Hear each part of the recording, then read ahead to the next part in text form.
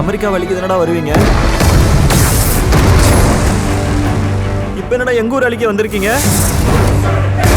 ஹாலிடேஸ்னாலே நம்ம K travels தான். தமிழகத்தின் முன்னணி டிராவல்ஸ் நிறுவனம். Plan your happy drips with K travels. Dhanush என்னும் கதாநாயகன் வந்துட்டு கமல்ஹாசனுடைய இடத்துக்கு போகிறதுக்கான வேலையாக இந்த கேப்டன் மில்லரை பார்க்கலாமா அப்படின்னா, அதுக்கு முன்னாடி கேப்டன் மில்லர் அப்படிங்கிற அந்த ஒரு படம் அருண் மாதேஸ்வரன் பண்ணுறாரு. அருண் மாதேஸ்வரன் ஏற்கனவே ராக்கி, சாணிக் ஆயுதம் இந்த 2 படங்களில் வச்சு அவர் மேலே நமக்கு ஒரு பிம்பம் இருக்குது. எப்படிப்பட்ட கதை அப்படின்னா வந்துட்டு ரொம்ப ராவா, ரஸ்டிக்காக, பெரிய சமரசங்கள் எதுவும் இல்லாமல், பட் ஆனால் ஒரு பியூட்டிஃபுல்லான ஒரு படம் கொடுக்கக்கூடிய ஒரு ஃபிலிம் மேக்கர் அப்படின்னு. அதில் இந்த படத்தில் வந்துட்டு அவர் ஜெயிச்சிருக்காரா அப்படின்னா ஜெயிச்சிருக்காரு.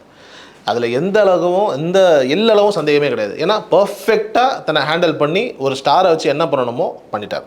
ஓகே, இந்த கதையினுடைய லைன் அப்படின்னு சொல்லி என்னென்னு பார்த்தோம் அப்படின்னா, ஒரு 1947க்கு முன்னாடி, அதாவது சுதந்திரத்திற்கு முன்னாடி நடக்கக்கூடிய ஒரு கதை, ஒரு கற்பனை கதை.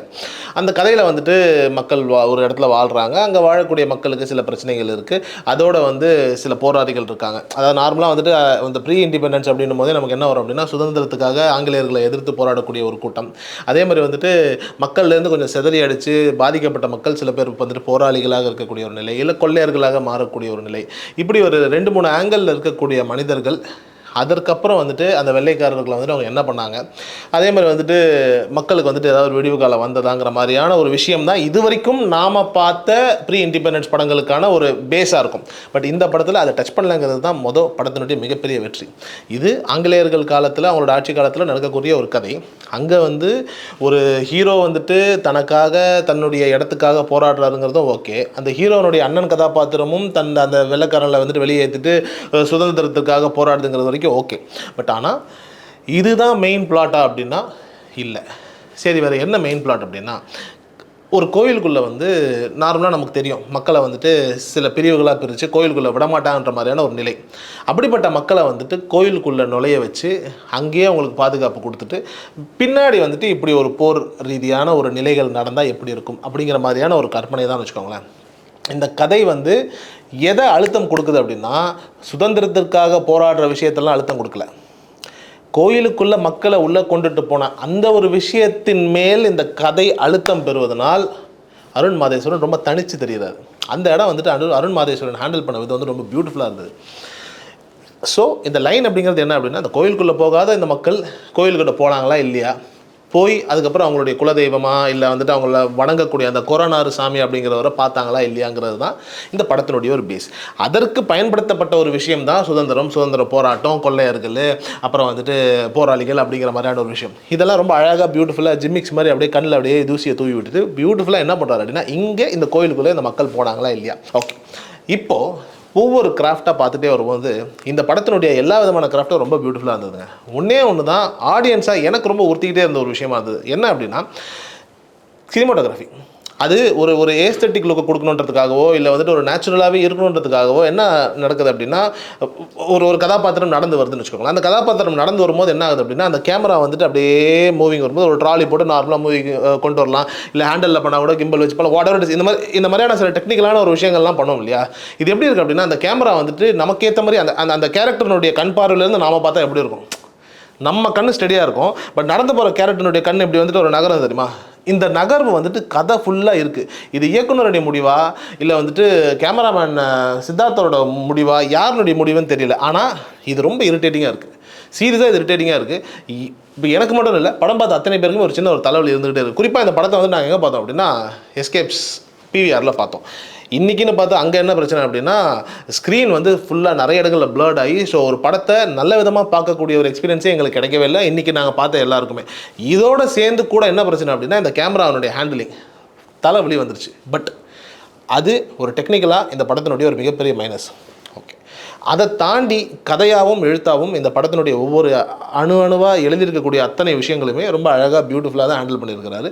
குறிப்பாக ஜிவி பிரகாஷ் அவனுடைய பின்னணி இசை பாடல்கள்லாம் பெருசாக மனசுக்கு ஒட்ட மாட்டேங்குது. இப்போ வரக்கூடிய காலங்களில் எல்லா விதமான பாடல்களும் பெரும்பாலும் அப்படி தான் இருக்குது. ஆனால் பேக்ரவுண்டை பொறுத்த வரைக்கும் G V has proved that he is one of the finest music directors in this era.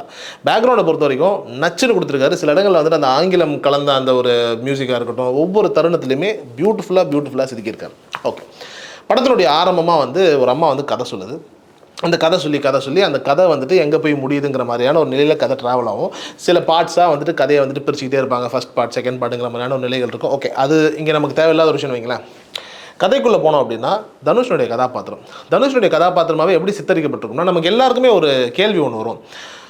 வெள்ளைக்காரன் நம்மளை ஆண்டுட்டு இருந்தால் என்ன, அவன் தான் ட்ரெயின் ரோட்ஸ் போட்டான், அவன் தான் ஊட்டி கொடைக்கானலுக்கு வந்துட்டு எல்லா ரோடும் போட்டான், அவன் தான் வந்துட்டு சொல்லணும்னா இன்றைக்கி இருக்கக்கூடிய எல்லா விதமான இந்தியாவுடைய மிக பழமையான தொன்மையான விஷயங்கள்னு சொல்லக்கூடிய like the so called railway ஸ்டேஷன்ஸாக இருக்கட்டும், கன்ஸ்ட்ரக்ஷன்ஸ், இந்த மாதிரியான விஷயங்கள்லாம் வந்துட்டு அவன் தான் பண்ணான். ஸோ அவனே ஆட்சி செஞ்சிருந்தால் வந்துட்டு இந்தியா வந்து இன்னும் பெரிய வல்லரசு நாடாக தான் ஆயிருக்கும். நாம் இதெல்லாம் கொண்டுட்டு போய் நம்ம அரசியல்வாதிகிட்ட கொடுத்து குப்பையாகிட்டமேங்கிற மாதிரியான ஒரு பார்வை வந்துட்டு யங்ஸ்டர்ஸ்க்கு எப்போவுமே உண்டு இல்லையா? அது ரொம்ப அழகாக தனுஷனுடைய கதாபாத்திரம் மூலிமா அருண் மாதேஸ்வரன் சொன்ன விதம் ரொம்ப அழகாக இருந்தது. ஏன்னா அந்த கதாபாத்திரமே எப்படின்னா, மிலிட்ரிக்கு போய் சேரணும்னு ஆசைப்பட்டு மிலிட்ரி வேலைக்காக போகக்கூடிய ஒரு கதாபாத்திரம். அந்த கதாபாத்திரத்துக்கு வந்துட்டு அவருடைய அண்ணனா வந்துட்டு சிவராஜ்குமார் வர்றாரு. அவர் வந்துட்டு ஒரு கள போராளி. அவரோட சொல்ல, ஏன்னா நான் வந்துட்டு வெள்ளைக்காரன் வெளியேறணும் அப்படின்னு சொல்லிட்டு நான் வந்து போராடி அவனுக்கு எதிராக நின்றா நீ அவனுடைய மிலிட்ரி படையிலே போய் நீ சேருவ அப்படின்னு சொல்லிட்டு நம்ம மக்களை கொல்ல போகிற அப்படிங்கிற மாதிரியான இவங்க 2 பேருக்குள்ளே இருக்கக்கூடிய அந்த உரையாடல் ரொம்ப அழகாக இருக்கும். ஆனால் அந்த அழகில் வந்துட்டு தனுஷ் பேசுகிற வசனங்கள் வந்துட்டு ரொம்ப நமக்கு ஜஸ்டிஃபைடாக இருக்கும். ஆமாம், நியாயமாக தானே சொல்கிறாரு, வெள்ளைக்காரன் தான் இன்னும் நல்லா பண்ணியிருப்பானேங்கிற அந்த ஒரு ஜஸ்டிஃபிகேஷன் அந்த இடத்துல தனுஷ் பண்ணுற இடம் ரொம்ப பியூட்டிஃபுல்லாக ரிட்டர்ன் பண்ண ஒரு சீனு. அதில் 2 பேருடைய பர்ஃபார்மன்ஸும் ரொம்ப அழகாக இருக்கும், ரொம்ப பியூட்டிஃபுல்லாக இருக்கும். உங்களால் வந்துட்டு அதை அக்செப்ட் பண்ணிக்க முடியும். அந்த இடத்துல வந்துட்டு சிவராஜ்குமார் சொல்கிறது வந்து நம்மளால் ஏற்றுக்கவே முடியாது. அந்தளவுக்கு தனுஷனுடைய பர்ஃபார்மன்ஸ் வந்துட்டு ஓவர் டேக் பண்ணி பியூட்டிஃபுல்லாக அதை வந்து ஹேண்டில் பண்ணியிருப்பார். ஓகே, இப்படி தனுஷ் இருக்கிறாரு, அழகாக அங்கே போய் மிலிட்ரிக்கு போகிறாரு. அந்த மிலிட்ரி இடத்துல 3 கதாபாத்திரங்கள்ங்க, சந்தீப் கிஷன், அப்துல், அப்புறம் வந்துட்டு தனுஷ். இந்த 3 பேருக்குள்ளே இருக்கக்கூடிய அந்த ஒரு கெமிஸ்ட்ரி இருக்கு இல்லையா, குட்டியான கெமிஸ்ட்ரி, அது ரொம்ப அழகாக இருக்கும், ரொம்ப அழகாக காட்சிப்படுத்தியிருப்பார். குறிப்பாக தனுஷ் ஒரு இடத்துல வந்துட்டு சிரிப்பார். ஒரு சின்ன ஒரு அப்துல் வந்துட்டு ஒரு சின்ன தப்பு பண்ணிடுவார், அந்த கண்ணை பிடிக்கிற ஒரு இடத்துல வந்துட்டு இவர் அழகாக ஒரு சிரிப்பார். உண்மையிலேயே ரொம்ப க்யூட்டாக இருக்காங்க தனுஷ், ரொம்ப க்யூட்டாக ரொம்ப அழகாக அந்த சீனை வந்துட்டு எமோட் பண்ணி பர்ஃபார்ம் பண்ணுறது. சரி, இப்படி ஒரு புரிதல் இருக்கிறாரு. ஏன்னா தனுஷுக்கு தேவை ஒன்றே ஒன்று தான், அந்த கதாபாத்திரம் தேவை வந்துட்டு என்ன அப்படின்னா கௌரவம். அந்த கௌரவத்தை கொடுக்கல. ஏன் கொடுக்கல? என் சொந்த மண்ணில் என் சொந்த ஊரில் என்னை கோயிலுக்குள்ளேயே விடலை அப்படின்னும் போது நான் வந்துட்டு வெள்ளைக்காரனோட மிலிட்ரியில் போய் நான் போய் வேலை செய்யறதுல என்ன தப்பு இருக்குது? ஏன்னா அவன் எனக்கு பூட்ஸ் கொடுக்குறான், சரிசமமாக உட்காந்து சாப்பிட வைக்கிறான் அப்படிங்கிற அந்த ஒரு புரிதலோடு இருக்கக்கூடிய தனுஷுக்கு வந்துட்டு ஒரு கட்டத்தில் நாயகன் வந்துட்டு அங்கேருந்து மாறணும் இல்லையா? மாறி திருப்பி இந்தியா மக்கள் அந்த போராட்டம், அந்த போராளி, அந்த ஒரு நிலைக்குள்ளே வரணும் இல்லையா? நமக்கு நார்மல் கமர்ஷியல் படமாக பார்க்கும்போது நமக்கு என்ன தோணும், ஆமாம் ஹீரோ எப்படி இருந்தாலும் திருப்பி அப்படி தானே வந்தாகணும்னு நமக்கு தோணும். பட் அதை வர வச்ச இடம் இருக்குது தெரியுமா, தட்ஸ் அருண் மாதேஸ்வரன்ஸ் பிரில்லியன்ஸ். நீங்கள் அந்த இடத்த வந்து என்ன பண்ணிக்கிட்டா நீங்கள் அக்செப்ட் பண்ணிப்பீங்க, இப்படி தான் ஒரு ஹீரோ ட்ரான்ஸ்ஃபார்ம் ஆகணும் அப்படின்னு. அந்த ட்ரான்ஸ்ஃபார்மேஷன் சீன் தான் என்ன அப்படின்னா, இந்த மிலிட்ரி எல்லாமே கூப்பிட்டு போகும்போது வந்துட்டு ஒரு பர்டிகுலர் இடத்துல வந்து சில சம்பவங்கள்லாம் இருக்குது. அங்கே வந்துட்டு நிறைய பேர் வந்துட்டு இந்தியாவுக்காக சுதந்திரத்துக்காக போராடக்கூடிய மனிதர்கள்லாம் இருக்கும்போது அவர்கள் பின்னாடி நின்று முதுகில் வந்துட்டு சுடுற மாதிரியான ஒரு நிலையில் அவங்க எல்லாரையுமே சுட்டு கிட்டத்தட்ட ஒரு 300 பேரை சுட்டு கொல்லக்கூடிய நிலையில் ஒரு காட்சி. அந்த இடத்துல தான் தனுஷாக இருக்கட்டும், சந்தீப்பாக இருக்கட்டும், அப்துல்லா இருக்கட்டும், இவங்க 3 பேருமே தங்களுடைய நிலையை உணர்ந்து நம்ம என்னடா பண்ணுறோம் அப்படின்ற மாதிரியான ஒரு நிலை வருது. அவங்க எல்லாருமே சுட ஆரம்பிக்கிறாங்க. எல்லாருமே ரசித்து சுடுறானுங்க. இந்த 3 கதாபாத்திரமும் துடிக்கிற இடம், அதை காட்சிப்படுத்தின விதம் அட்டகாசம். அந்த சீன் வந்துட்டு படத்தினுடைய மையப்புள்ளிங்க. அதாவது ஒரு ஆக்ஷன் சீன் தான். இது வரைக்கும் நம்ம நிறைய படங்களில் பார்த்துருக்கோம், க்ரௌடை கொண்டுகிட்டே இருப்பாங்க, நமக்கு பெருசாக எஃபெக்ட் வராது. இந்த காட்சியை பாருங்களேன், உங்களை அறியாமல் உங்கள் கண் வந்து லைட்டாக வேர்க்கும் ஆகும். ஏன்னா அந்த அளவுக்கு இவங்க 3 பேர் பர்ஃபார்மன்ஸும் இருக்கும். அதை அழகாக பியூட்டிஃபுல்லாக கோரியோகிராஃப் பண்ண விதமாக இருக்கட்டும், எழுதின விதமாக இருக்கட்டும், எக்ஸலண்ட்டாக இருந்தது. அந்த காட்சியில் வந்து நம்மள அறியாமல் வந்துட்டு நம்ம என்ன பண்ணுறோம், ஃபயர் அப்படின்னு சொன்னோன்னா அந்த 3 பேருமே சுட்டுட்டு திரும்பி பார்க்கும்போது இத்தனை பேரை கொண்டிருக்காங்க, நம்மளும் அதுக்கு உடந்தையாக இருந்திருக்கோம், நாமளும் கொண்டிருக்கோங்கிற அந்த ஒரு விரக்தி வந்துட்டு என்ன ஆகும் அப்படின்னா, அந்த அப்துல்ங்கிற கதாபாத்திரம் வந்துட்டு அதை எமோட் பண்ணுற விதம் அப்படியே அம்மான்னு சொல்லி ஒரு மாதிரியான ஒரு ஹாலுசினேஷன் மாதிரியான ஒரு நிலைக்கு அந்த மனுஷன் தள்ளப்பட்டு டக்குன்னு அவர் அறியாமல் ஒரு சுட்டுக்கிட்டு செத்துடுறாரு. கண்ணுக்கு முன்னாடி அப்படி நடக்குது. தனுஷ் அதை பார்த்துட்டு அந்த கதாபாத்திரம் வந்துட்டு ஒரு மாதிரியான ஒரு மிரட்சி ஆகுது. இப்படி இருக்கும்போதுங்க ஒரு பெருங்கொண்ட ஒரு பெரிய ஃபயரு. அந்த ஃபயரில் வந்து என்ன பண்ணுறாங்கன்னா, சுட்டு கொல்லப்பட்ட அத்தனை இந்தியர்களையும் தூக்கி ஒன்றா போட்டு எரிச்சிடுறாங்க. எரிச்சிட்ட உடனே என்ன பண்ணுறாங்க, மிச்சம் மீதி இருக்கக்கூடிய ஆட்களையும் போடுங்க அப்படின்னு சொல்லிக்கிட்டு இருக்கும்போது ஒரு ஹீரோ என்ன பண்ணுவார், இந்த இடத்துல டிரான்ஸ்ஃபர்மேஷன் சீன் வைங்களா, ஒரு ஹீரோ என்ன பண்ணுவார், சண்டை நடக்கும், இப்படிலாம் நம்ம ஏதாவது எதிர்பார்ப்பல. அப்போது யார் ஃபயர்னு சொன்னானோ அவன் மற்ற எல்லாரையும் தூக்கி உள்ளே போடுங்கன்னு சொல்லும்போது டக்குன்னு ஒரு கத்தி எடுத்து ஒரு கழுத்தில் குத்துற ஒரு விஷயம் பார்த்தோம் அப்படின்னா, ஹீரோ தனுஷ் குத்துனதோடு நிப்பாட்டாமல் அந்த மக்கள் எரியிற அந்த நெருப்பில் எட்டி ஒரு உதவிச்சு அந்த வெள்ளைக்காரனை தூக்கி அந்த நெருப்பில் போடுற சீன் இருக்குல்ல, நீ எப்பேற்பட்ட தனுஷை பிடிக்காத ஒரு மனிதராக இருந்தாலும் அந்த காட்சிக்கு கை தட்டாமல் இருக்கவே முடியாதுங்கிற மாதிரியான ஒரு நிலை. அதுக்கப்புறம் தனுஷ் வந்துட்டு ஒரு மாதிரியாகி தானோ தற்கொலை பண்ணி இதுக்கு மேலே தப்பிக்க முடியாது, வெள்ளக்காரங்கிட்ட மாட்டிப்போன்னு சொல்லிட்டு அங்கேருந்து தானோ நெருப்பில் விழுந்துறதுக்கு முன்னாடி சுட்டுக்கலான்ற மாதிரியான ஒரு நிலை வரும்போது சந்தீப் வந்துட்டு பாதுகாத்து வேண்டாம் வெளியேறு, முதல்ல நீங்கள் தப்பிச்சு வெளியேறுன்னு சொல்லி வெளியேறாரு. ஸோ ஆப்வியஸ்லி இப்போ என்ன ஆயிடுறாரு, ஆல்ரெடி அண்ணன் ஒரு போராளி, இப்போ தம்பியும் என்ன பண்ணுறாரு, ஊரை விட்டு வெளியில் வந்திருக்காரு மிலிட்ரிக்காக. இப்போ மிலிட்ரியில் இருக்க முடியாது, கொலை பண்ணிட்டாரு, பெரிய பிரச்சனை ஆயிடுச்சு, இப்போ நாடே தேடக்கூடிய ஒரு மனிதனாக இவர் வெளியேறிட்டாருங்கிற மாதிரியான ஒரு நிலையில் இவர் இங்கேருந்து திருப்பி வந்துட்டு தஞ்சம் போகும்போது தான் கொள்ளையர்கள் கூட்டத்தில் வந்துட்டு மாட்டுறாரு. ஒரு கேங், ஒரு சின்னதாக கொள்ளையடிக்கக்கூடிய ஒரு தப்பான குரூப் கிடையாது. அவங்க எப்படின்னா மக்கள்கிட்டேருந்து அப்படிங்கிறத தாண்டி இந்த வெள்ளக்காரங்கிட்டேருந்து வழிப்பறி செஞ்சு வாழ்வாதாரத்தை வாழ்ந்து கொண்டு இருக்கக்கூடிய ஒரு கொள்ளை கூட்டம். அந்த கொள்ளை கூட்டத்தில் போய் வேறு வழி இல்லாமல் நிர்பந்தத்தில் சேரக்கூடிய மாதிரியான சில காட்சிகள் அங்கேருந்து கதை நகருது. இந்த 300 பேரை தனுஷ் கொன்ன அந்த இடத்துல தான் கதாநாயகி பிரியங்கா மோகன் இருக்காங்க இல்லையா, அவங்களும் அதாவது அவங்களுடைய கணவரும் இவருடைய அண்ணன், இவரும் ஒரு போராளி தானே சிவராஜ்குமார், இவங்க 2 பேரும் இறந்துடுறதாக வந்துட்டு சித்தரிக்கப்படுற அந்த இடமும் ரொம்ப நெகிழ்ச்சியாக இருக்கும். நம்ம அறியாமல், அதாவது நான் அண்ணனையும் கொண்டுட்டேன், காதலிக்கிற ஒரு பொண்ணையும் வந்துட்டு காதலிக்கிற பொண்ணுடைய கணவனையும் கொண்டுட்டேனே அப்படிங்கிற மாதிரியான ஒன்று. இந்த காதலிக்கிற பொண்ணுன்னு பிரியங்கா மோகன் சொல்கிறேன், பிரியங்கா மோகனுக்கும் தனுஷ்குமான காதலுங்கிறது லவ் அட் ஃபர்ஸ்ட் சைட் தான், பெருசாக வேறு ஒன்றுமே நடக்காதுன்னு வச்சுக்கோங்களேன். ஆனால் அந்த இடத்துல வந்துட்டு ஒரு ரொம்ப பியூட்டிஃபுல்லான ஒரு விஷயம் நடக்கும். எப்படின்னா ஃபஸ்ட்டு இவங்களை வந்து காப்பாற்றி கூப்பிட்டு போகிற மாதிரியான ஒரு காட்சியில் வந்துட்டு இவர் வந்து அந்த அரச குடும்பத்தில் வந்து இந்த அம்மா வந்துட்டு வெளியேற போகிறதுங்கிற மாதிரியான ஒரு நிலை. அதாவது பிரியங்கா மோகனுடைய பேக் ஸ்டோரி என்ன அப்படின்னா, ஒரு அரச குடும்பம், நார்மலாக நம்ம வெள்ளக்காரங்களுக்கு எதிர்க்க வந்துட்டு வெள்ளக்காரங்களுக்கு ஜாலரா போட்டுகிட்டே ஒரு அரச குடும்பம் இருந்திருக்கும்ல, அந்த குடும்பத்தில் இருக்கக்கூடிய ஒரு மிச்ச சுச்சம் தான் வந்துட்டு பிரியங்கா மோகன். அது பெருசாக அவங்களுக்கு பிடிக்காமல் அங்கேருந்து அப்படியே வெளியேறலாம் அப்படிங்கிற மாதிரியான ஒரு நிலையில் அவங்க வெளியேறும்போது இவர் வந்துட்டு தன்னை காதலை சொல்கிறதுக்காக சில விஷயங்கள் பண்ணுவார். அப்படியே வந்து இப்படி நிற்பார். இங்கே வந்துட்டு பிரியங்கா மோகன் இருப்பாங்க. பிரியங்கா மோகனை கூப்பிட்டு போகிறதுக்கு இன்னொருத்தர் வருவார்.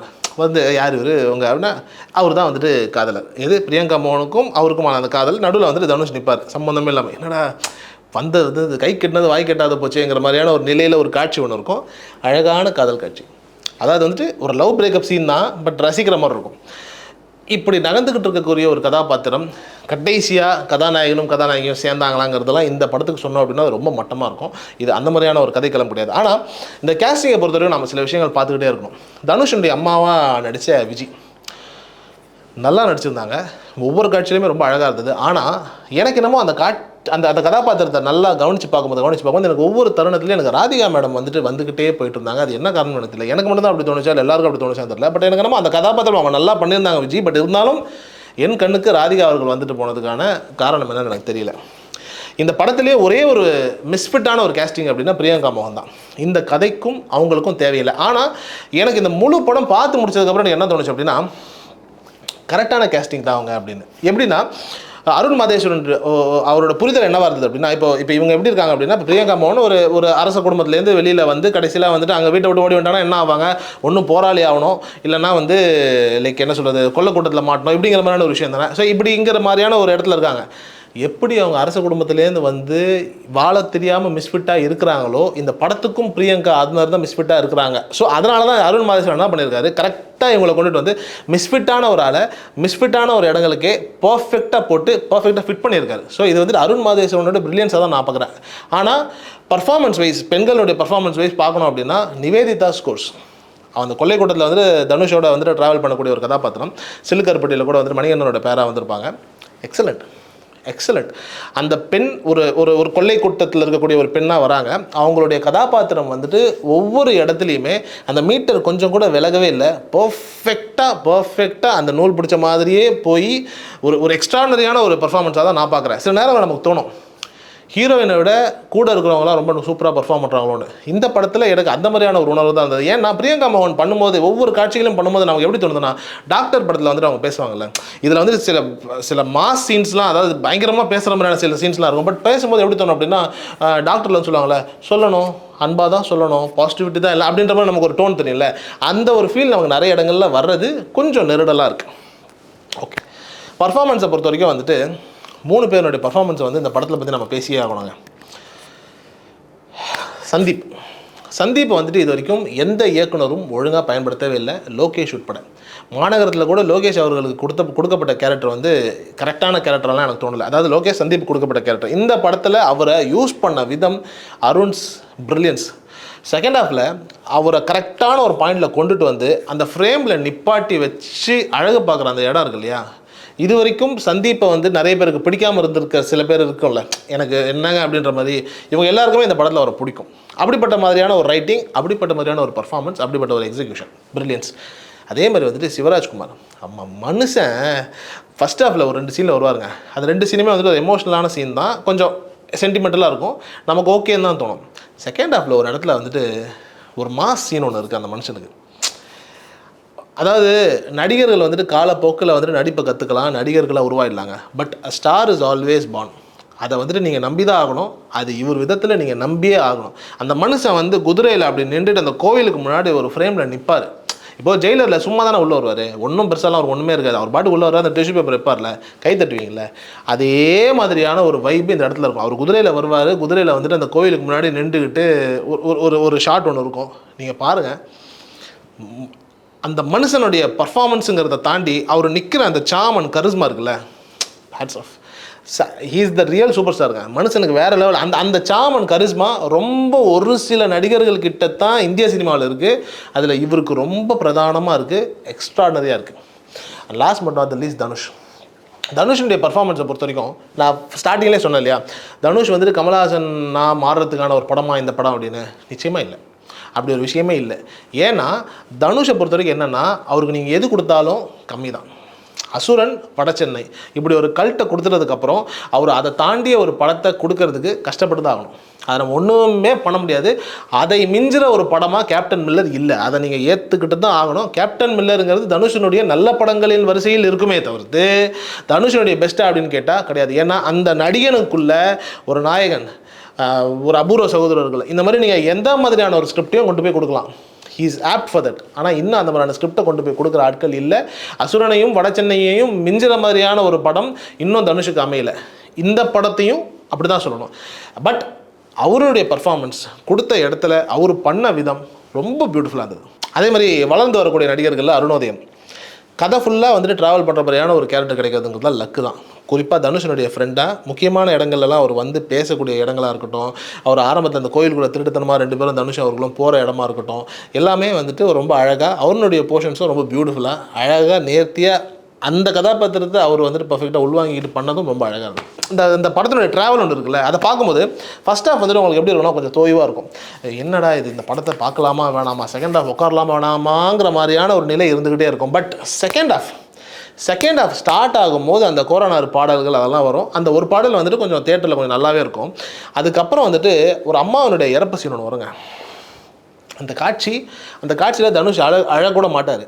ஆனால் உங்களுக்கு ஒரு சின்ன எமோஷன் தட்டும். ஏன்னா அம்மானா யாருக்கு தான் பிடிக்காதுங்கிற மாதிரியான ஒரு விஷயத்தை தான் நான் அந்த இடத்துல பார்த்தேன். ஏன்னா அது ஒரு மாதிரி நெகிழ்ச்சியான ஒரு இடங்க. இந்த படமே எப்படி ட்ராவல் ஆகுதுன்னா, ஒரு சின்ன ஒரு குற்ற உணர்ச்சி, அந்த குற்ற உணர்ச்சி இந்த படம் ஃபுல்லாக ட்ராவல் ஆகிட்டே இருக்கும் ஒவ்வொரு கதாபாத்திரத்துக்கும். அதில் சிவராஜ்குமாருக்கான அந்த ஒரு குற்ற உணர்ச்சிக்கான அந்த பாயிண்ட் தான் அவங்க அம்மா தவறக்கூடிய அந்த ஒரு இடம். அந்த இடம் வந்துட்டு தனுஷ் அழமாட்டாருங்க. எந்திரிச்சு அவங்க அம்மா தவறிட்டாங்கன்னு சொன்னோன்னா அவர் எந்திரிச்சு வந்து ஒரு இடத்துல இருந்து சும்மா உட்காந்துருப்பார். சும்மா உட்காந்துருக்க தனுஷை பார்த்தா உங்களுக்கு அழுக வரும். மனுஷன் அப்படி உட்காந்துருப்பார். அவர் உட்காந்துருக்க இடம் வந்துட்டு உங்களுக்கு ஒரு மாதிரி. அப்போ தான் எனக்கு தோணுச்சு, அம்மானா யாருக்கு தான் பிடிக்காது. அந்த ஒரு இமோஷனை கேப்சர் பண்ணி கதையில் அழகாக கொண்டுட்டு வந்து அதை தனுஷ் மாதிரியான ஒரு ப்ரில்லியண்ட்டான பர்ஃபார்மரை ஸ்க்ரீனில் எமோட் பண்ணாமல் ஆடியன்ஸ் அழ வச்சதுன்னு இருக்குல்ல, that's brilliant. That's one of the brilliant scenes. அந்த சீன், அந்த காட்சியினுடைய டெப்த்து, அது நீங்கள் கதை நகர உங்களுக்கு புரியும். செகண்ட் ஹாஃபை பொறுத்த வரைக்கும் இந்த காட்சி, அந்த தாய் தவறிய அந்த காட்சி மிக ஒரு உணர்வுபூர்வமான ஒரு காட்சி. இதே மாதிரி ஃபஸ்ட் ஹாஃபில் இந்த சீன், அதாவது இவங்க தவறிட்டாங்கிறத பற்றி பேசக்கூடிய, அண்ணனும் தம்பியும் பேசக்கூடிய ஒரு உரையாடல் இருக்கும். அந்த உரையாடலும் ரொம்ப பியூட்டிஃபுல்லாக இருக்கும். ஸோ ஃபஸ்ட் ஹாஃப் வந்து நம்ம ஸ்லோவாக நகரும். பட் ஃபஸ்ட் ஹாஃபில் 2 முக்கியமான காட்சிகள் சொன்னேன். ஒன்று வந்துட்டு அவங்க அம்மா அதாவது இறந்துட்டதை பற்றி பேசக்கூடிய அந்த ஒரு இடமும், அந்த 300 பேரை கொன்ன அந்த காட்சியும் ஃபஸ்ட் ஹாஃபை ஹோல்டு பண்ணும். செகண்ட் ஹாஃபை பொறுத்த வரைக்கும் ஒவ்வொரு காட்சியும் ஹோல்டு பண்ணும். செகண்ட் ஹாஃபை பொறுத்த வரைக்கும் நோ லேக். நீங்கள் எந்த இடத்துலையுமே செகண்ட் ஹாஃபில் குறையே சொல்ல முடியாது. குறிப்பாக வந்துட்டு அந்த மன்னர்களாக வரக்கூடிய ஜெயபிரகாஷாக இருக்கட்டும், அவருடைய பையனாக வர ஜான் கொக்கைனாக இருக்கட்டும், ஜானை வந்துட்டு நீங்கள் இந்த படத்தில் பார்த்தீங்கன்னா வெறுப்பாக இருக்கும். அந்த அளவுக்கு பர்ஃபார்ம் பண்ணியிருப்பார். அந்த பர்ஃபார்மன்ஸுக்கு தான் அவருடைய வெறுப்பை அவர் சம்பாதிச்சிருக்கார். பட் அந்த பர்ஃபார்மன்ஸுக்கு நம்ம ஒரு வாழ்த்து தான் சொல்லணும். இப்படி ஒவ்வொரு கதாபாத்திரமும் கதையில் ரொம்ப அழகாக செதுக்கப்பட்டுக்கிட்டு இருந்தது. அதே மாதிரி காளி வெங்கட் கதை ஃபுல்லாக ட்ராவல் ஆகிறாரு. அவருக்கு சொல்ல போனால் இது வரைக்கும் அவர் பண்ண படங்கள்லேயே ரொம்ப முக்கியமான படமாக அவருக்கு இது இருக்கிறதுக்கான வாய்ப்புகள் அதிகமாகவே இருக்குது. படத்தினுடைய கிளைமேக்ஸில் வந்துட்டு என்ன பண்ணுவாங்கன்னா ஆட்டோமேட்டிக்காக கேப்டன் மில்லர் பார்ட் 2க்கான ஒரு லீடை கொடுக்குறாங்க. இந்த இடம் மட்டும்தான் அருண் மாதேஸ்வரனோட டச் இருக்கும். அதாவது என்னன்னா, அவர் இதுக்கு முன்னாடி 2 படங்கள் பண்ணியிருக்காரு. அந்த 2 படத்துலேயே ஒரு டச் ஒன்று இருக்கும் இல்லையா? அருண் மாதேஸ்வரன்னா யார், அவருடைய ஃபிலிம் மேக்கிங் ஸ்டைல்னா என்னென்னு. இந்த படத்தை பொறுத்த வரைக்கும் ஃபஸ்ட் ஹாஃப்லேயும் சரி செகண்ட் ஹாஃப்லேயும் சரி உங்களுக்கு அருண் மாதேஸ்வரனோட டச்செல்லாம் இருக்காது. ஒரு ரஸ்டிக்கான படம்ங்கிறது மட்டும்தான் இருக்கும். ஆனால் லாஸ்ட் ஒரு 5 நிமிஷம் ஒரு கேரக்டர் இவங்க எல்லாம் சேர்ந்து பேசக்கூடிய ஒரு நிலை, அந்த நிலை வந்துட்டு பார்ட் 2க்கான ஒரு லீடாக இருக்கும். அந்த இடம் மட்டும்தான் அருண் மாதேஸ்வரனோட டச்சில் ஒரு சின்ன ஒரு பிளாக் அண்ட் ஒயிட் ஃபீல்டில் ஒரு மாதிரியான ஒரு நிலைக்கு, அதாவது பார்ட் 2 இருக்குங்கிறதுக்கான ஒரு லீடுன்னு வச்சுக்கோங்களேன், அது நல்லாயிருக்கும். அந்த கதாபாத்திரமாக வரக்கூடிய அதித்தி பாலனுக்கு ரொம்ப சின்ன ரோல் தான். பட் அந்த சின்ன ரோலை வந்துட்டு அவங்க அழகாக ஃபிட் பண்ணியிருக்காங்க. ஸோ இந்த கதையை பொறுத்த வரைக்கும் ஒவ்வொரு வேரியேஷன் ஆஃப் லைக் அப்படியே மேலே கீழேன்னு போயிட்டே இருந்தால் கூட இந்த கதையினுடைய ஜீவன்னு பார்த்தீங்க அப்படின்னா இது ஒரு சமத்துவத்தை பற்றி பேசக்கூடிய ஒரு படம். அந்த சமத்துவம்ன்றது வந்துட்டு ஸோ அதனால் இது போராட்ட படமோ ஆங்கிலேயர்களை வெளியேற்றணுங்கிற படமோ அப்படிலாம் கிடையாது. இது வந்துட்டு சமத்துவத்தை பற்றி பேசக்கூடிய படம். அந்த சமத்துவம் அப்படிங்கிறது ஒரு கோயில். இந்த கோயிலுக்குள்ளே யாரையும் நீங்கள் விட மாட்டீங்க, ஆனால் நாங்கள் மக்கள் உள்ளே வந்தே ஆகணுங்கிற மாதிரியான ஒரு நிலையை வச்சு ஒரு கிரியேட் பண்ண அந்த ஒரு விதம் பியூட்டிஃபுல். அதே மாதிரி இறுதியாக கோரனாறு அப்படிங்கிற அந்த சாமியை, அந்த பொக்கிஷமான ஒரு நிலையை, அந்த இதுதான் பொக்கிஷம் அப்படின்னு சொல்லி ஒரு விதத்தில் காட்டி படத்தை முடித்த விதமும் ஹேட்ஸ் ஆஃப். ஒட்டுமொத்தமாக இந்த படம் தனுஷ் மாதிரியான ஒரு நடிகனுக்கு இந்த படம் வந்துட்டு கம்மியான தீனி தான். ஆனால் அருண் மாதேஸ்வரன் மாதிரியான ஒரு இயக்குனருக்கு இந்த படம் ஒரு மிகப்பெரிய உச்சம். அதாவது ரஞ்சித் வந்துட்டு நீலம் அப்படின்னா அருண் மாதேஸ்வரன் சிவப்பு. நீ எதுக்காக வந்தியோ அதை செஞ்சு முடிக்கணும். ஆனால் அது இனிமேல் என்னோட வேலை. ஹாலிடேஸ்னாலே நம்ம கே டிராவல்ஸ் தான். தமிழகத்தின் முன்னணி டிராவல்ஸ் நிறுவனம். Plan your happy drips with K travels.